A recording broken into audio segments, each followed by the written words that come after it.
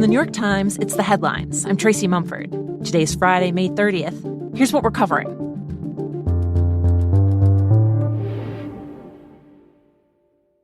Today, President Trump said he's going to hold a press conference at the White House to say goodbye to Elon Musk. Musk's been talking about his departure from the administration for weeks, wrapping up his role that's been unlike any in the history of American government. The world's richest man, Musk wielded a huge amount of influence in the White House, though he was never confirmed by the Senate to any official cabinet position. He was the face of Trump's federal spending cuts, with his Department of Government Efficiency, gleefully talking about feeding programs into the wood chipper, and he faced backlash from the public for it, too.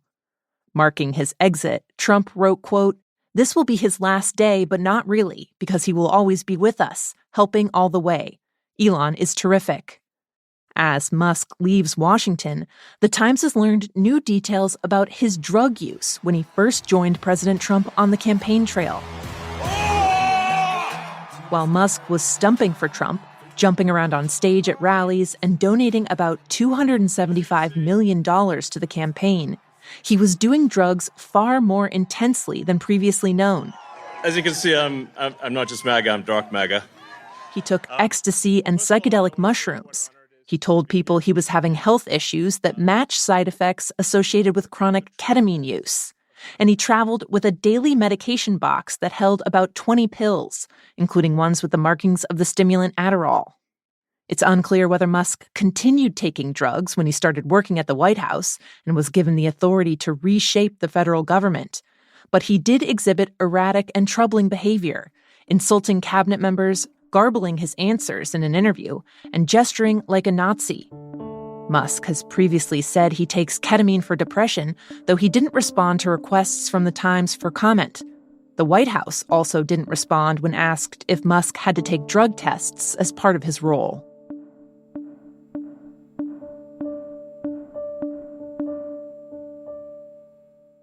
Now, 3 more updates on the Trump administration. A court ruling blocking President Trump's steep tariffs was in place for less than 24 hours before a separate court paused that decision yesterday, sowing even more confusion for American consumers and the global economy. The tariffs will remain in effect while a panel of judges now decides whether the president had the power to single-handedly impose the surcharges. In the meantime, Trump officials have been intensifying their attacks on judges who rule against the administration's policies. 3 judges of the U.S. Court of International Trade brazenly abused their judicial power to usurp the authority of President Trump. White House Press Secretary Caroline Leavitt said America cannot function if the president is being, quote, railroaded by activist judges. 2 of the trade court judges who originally found the tariffs were illegal are Republican appointees. One was named to the bench by Trump himself. Also, when the Trump administration's Make America Healthy Again Commission released a report last week on children's health issues, it called this generation the sickest in American history and said its findings were a, quote, evidence-based foundation for taking action. But it's now become clear the report cited studies that do not exist. That included fictitious research about drug advertising, mental illness, and medications for children with asthma. One expert on medical journalism said the errors were characteristic of what happens when you use artificial intelligence, though it's unclear if the commission relied on that technology. The report has since been reposted with corrections. And at the Department of Homeland Security, I have not been satisfied with the numbers.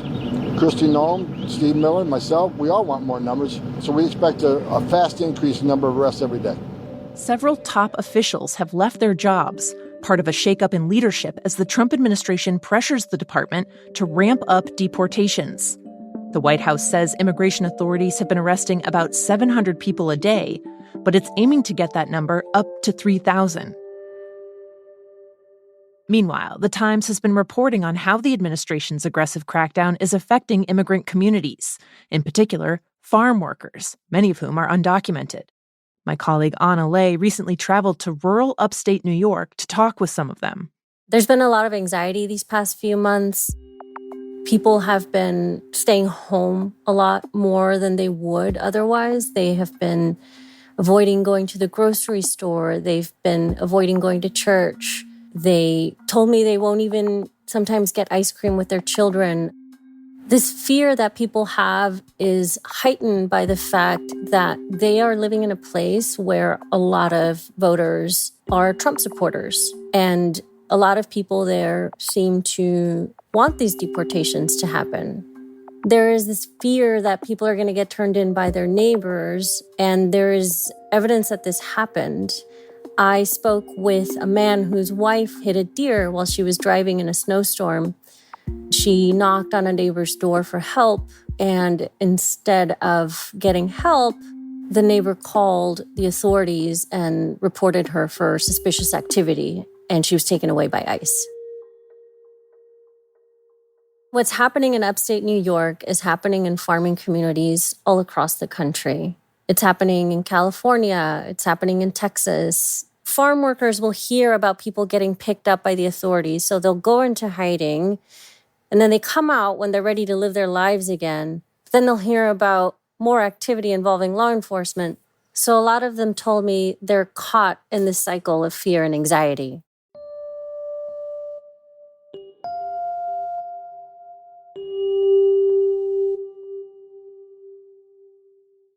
This Sunday is the start of Pride Month, which will be marked by parades and festivals in cities around the country celebrating the LGBTQ community.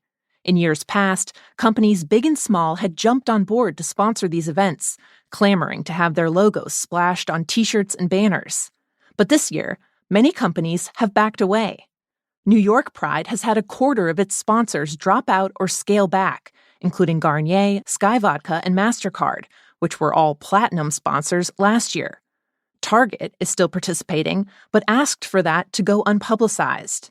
And in San Francisco, Anheuser-Busch, which had been one of the largest sponsors of Pride there, told the executive director earlier this year it would not be providing funding. The company said it was no longer in their budget. Other companies have also cited economic uncertainty.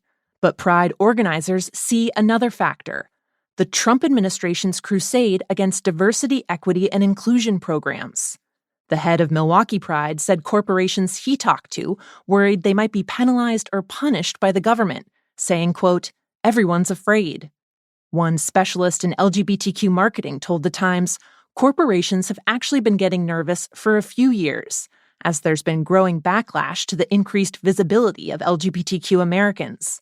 But this year's drop in sponsorship has added fuel to criticism that corporations only support the LGBTQ community when there's a financial benefit, a practice some dismiss as rainbow capitalism.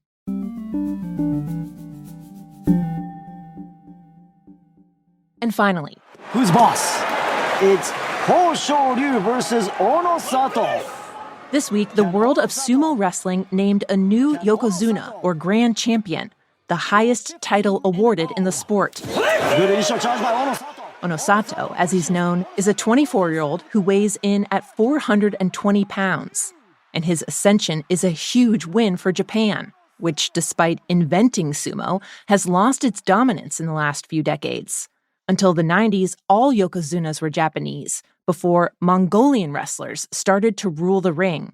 Ono Sato is just the second Japanese Yokozuna this century. In Japan, sumo wrestling's been losing popularity. It's gotten a reputation for being kind of old-fashioned. The rituals before a match, like bowing and foot stomping, actually last far longer than the match itself, which is over in just seconds. Many younger Japanese people have turned to other sports instead, particularly soccer.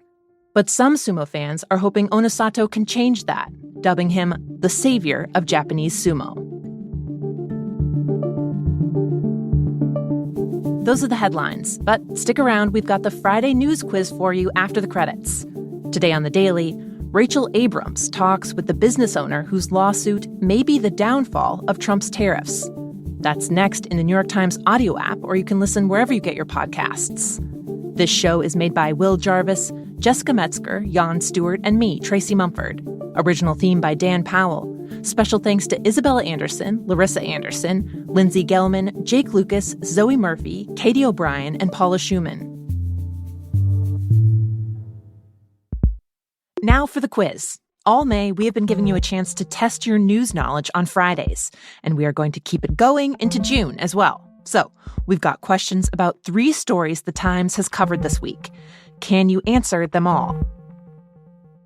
First up, the stock market surged earlier this week after President Trump pushed back the 50% tariffs he said he'd put on Europe.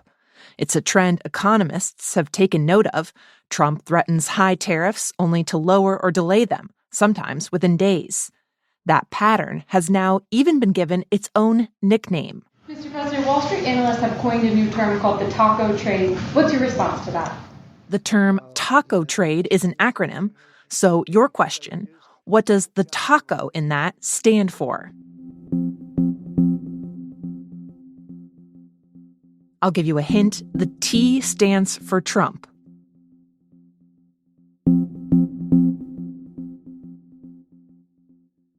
The answer is Trump always chickens out. The phrase was first used by a columnist at the Financial Times. Okay, next question. A team of British men set off a wave of controversy in the world of mountain climbing when they tested out a new way to summit Mount Everest this month. I'm going to play you a clip of the organizer of the expedition describing the climb. You'll need to fill in what their key and very divisive innovation was. The only reason why we are working with and why we are using is to make the climb safer. We can see people dying on Everest every year, and maybe one step to improve this situation and to make climbing high-altitude mountains safer. Can you tell me what the secret sauce was for their experiment?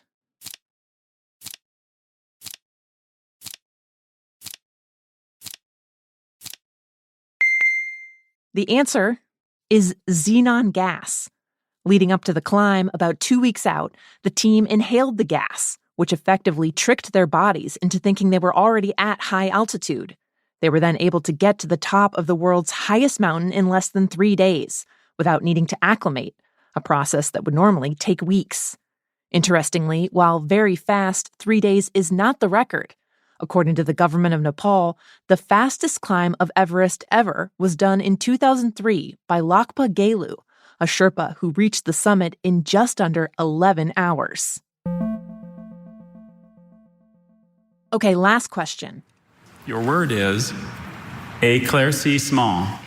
Last night was the final round of the Scripps National Spelling Bee, which is celebrating its 100th anniversary.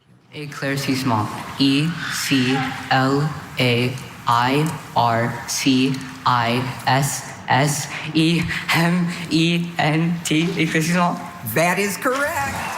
The winner was 13-year-old Faizan Zaki from Texas, who won the competition and its prize of $50,000. Now, we're going to test your spelling skills. We're going to back up a few rounds to do that, since you already know how to spell éclaircissement. So I will give you a word from the semifinals. Your word is quern. Quern is a noun. This word is originally English. Quern means a simple mill for grinding grain consisting of 2 circular stones, with the upper one being turned by hand. Okay, can you spell quern? I feel like your brow may be furrowing. Okay, time is up. I'm going to let 5th grader Sarv Daravne, who came in 3rd, give you the answer. Quern. Q-U-E-R-N. Quern. That is correct. Thank you.